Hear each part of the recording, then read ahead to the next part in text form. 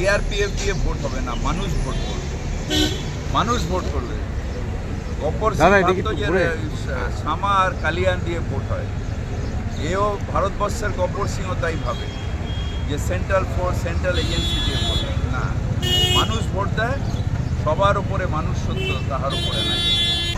Bangla vote bank, সারা বাংলার মানুষ মমতা ব্যানার্জির অনুপ্রবেশ। আবার কারা অনুপ্রবেশ? তো বিএসএফ, অমিত শাহ বিএসএফরা করাচ্ছে কিনা আমি জানি না। বাংলায় যারা আমরা থাকি, আমরা সবাই বাঙালি, আমরা সবাই বাংলার মানুষ, আমরা সবাই মমতা বন্দ্যোপাধ্যায় আমাদের হৃদয়ে আছে। ওরা ওই ধারণা নিয়ে রয়েছে অনুপ্রবেশ, এই করে ওরা ধর্মীয় সমীকরণের কথা বলছে, ধর্মীয় বিভাজনের কথা বলছে। কিন্তু আমরা বলছি হিন্দু না ওরা মুসলমানের জিজ্ঞাসে কঞ্জন। মমতা ব্যানার্জি কান্ডারি বলো, এরা মানুষ, সন্তান মোর মা। মমতা ব্যানার্জি বিশ্বাস করেন যে বাংলার সব মানুষ আমাদের মায়ের সন্তান। ওরা এসে এই ধর্মীয় বিভাজন করার চেষ্টা করে, 21-এও ফল পায়নি, 24-এও ফল পাবে।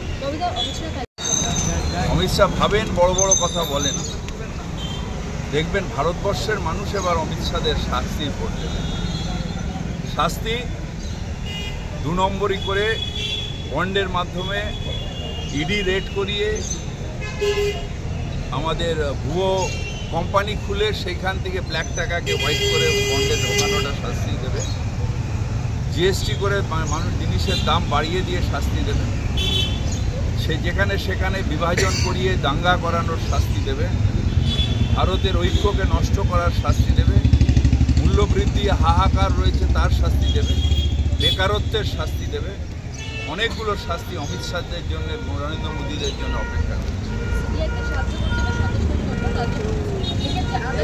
এখন আর সিবিআই এর কোনো হাতটা একটু দেখতে পাই না, তার কারণ ওই জুজুর ভয় একবার হয়, দুবার হয়, 3বার হয়। এখন তো সিবিআইকে যা তৈরি করে দিয়েছে বিজেপি, এখন ট্রাফিক পুলিশকে যেরকম মানুষ আর মানে না, সিবিআইকে মানে।